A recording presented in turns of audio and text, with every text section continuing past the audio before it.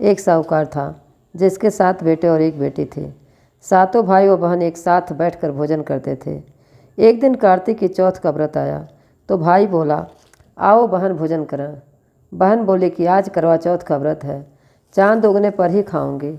तब भाइयों ने सोचा कि चांद उगने तक बहन भूखी रहेगी, तो एक भाई ने दिया जलाया, दूसरे भाई ने छलनी लेकर उसे ढका और नकली चांद दिखाकर बहन से कहने लगे, चल चांद उग आया है, अर्घ्य दे ले।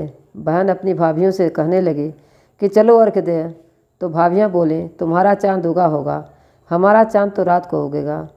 बहन ने जब अकेले ही अर्घ्य दे दिया और खाने लगी तो पहले ही ग्रास में बाल आ गया, दूसरे ग्रास में कंकड़ आया और तीसरा ग्रास मुंह की ओर किया तो उसकी ससुराल से संदेशा आया, उसका पति बहुत बीमार है, जल्दी भेजो। माँ ने जब लड़की को विदा किया तो कहा कि रास्ते में जो भी मिले उसके पाँव छू लेना और जो कोई सुहाग का आशीष दे तो उसके पल्ले में गांठ लगाकर उसे कुछ रुपए दे देना। बहन जब भाइयों से विदा हुई तो रास्ते में जो भी मिला उसने ही आशीष दी कि तुम 7 भाइयों की बहन, तुम्हारे भाई सुखी रहें और तुम उनका सुख देखो। सुहाग का आशीष किसी ने भी नहीं दिया। जब वह ससुराल पहुंची तो दरवाजे पर उसकी छोटी ननद खड़ी थी, वह उसके भी पाँव लगी तो उसने कहा कि सुहागिन रहो, सपूती हो। तो उसने यह सुनकर पल्ले में गांठ बांध दी और ननद को सोने का सिक्का दिया। तब भीतर गई तो सास ने कहा कि पति धरती पर पड़ा है, तो वह उसके पास जाकर उसकी सेवा करने के लिए बैठ गई। बाद में सास ने दासी के हाथ बची खुची रोटी भेज दी। इस प्रकार से समय बीतते बीतते मृगशिरा की चौथ आई तो चौथ माता बोली, करवा ले भाइयों की प्यारी करवा ले। लेकिन जब उसे चौथ माता नहीं दिखलाई दी तो वह बोली, हे माता, आपने मुझे उजाड़ा तो आप ही मेरा उद्धार करोगी, आपको मेरा सुहाग देना पड़ेगा। तब उस चौथ माता ने बताया कि पौष की चौथ आएगी, वह मेरे से बड़ी है, उसे ही सब कहना, वही तुम्हारा सुहाग वापस देगी।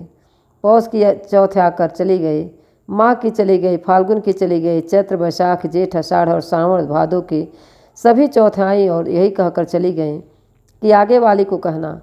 असौज की चौथ आई तो उसने बताया कि तुम पर कार्तिक की चौथ नाराज है, उसी ने तुम्हारा सुहाग लिया है, वही वापस कर सकती है, वही आएगी तो पाँव पकड़कर विनती करना। यह बताकर वह भी चली गई। जब कार्तिक की चौथ आई तो वह गुस्से से बोली, भाइयों की प्यारी करवा ले, दिन में चांद उगानी करवा ले, व्रत खंडन करने वाली करवा ले, भूखी करवा ले। तो यह सुनकर वह चौथ माता को देखकर उसके पांव पकड़कर गिड़गिड़ाने लगी, हे चौथ माता, मेरा सुहाग तुम्हारे हाथों में है, आप ही मुझे सुहागिन करें। तो माता बोली, पापिन हत्यारिन, मेरे पांव पकड़कर क्यों बैठ गई। तब वह बोली कि जो मुझसे भूल हुई उसे क्षमा कर दो, अब भूल नहीं करूँगी। तो चौथ माता ने प्रसन्न होकर आँखों से काजल, नाखूनों में से मेहंदी और टीके में से रोली लेकर छोटी उंगली से उसके आदमी पर छींटा दिया तो वह उठकर बैठ गया और बोला कि आज मैं बहुत सोया। वह बोली, क्या सोए, मुझे तो 12 महीने हो गए, अब जाकर चौथ माता ने मेरा सुहाग लौटाया। तब उसने कहा कि जल्दी से माता का पूजन करो। जब चौथ की कहानी सुनी, करवा का पूजन किया तो प्रसाद खाकर दोनों पति पत्नी चौपड़ खेलने बैठ गए। नीचे से दासी आई, उसने उन दोनों को चौपड़ पासे से खेलते देखा तो उसने सासू जी को जाकर बताया। तब से सारे गांव में यह बात प्रसिद्ध हो गई कि सब स्त्रियां चौथ का व्रत करें तो सुहाग अटल रहेगा। जिस तरह से साहूकार की बेटी का सुहाग दिया, उसी तरह से चौथ माता सबको सुहागिन रखें। यही करवा चौथ के उपवास की सनातन महिमा है। बोलिए करवा चौथ माता की जय।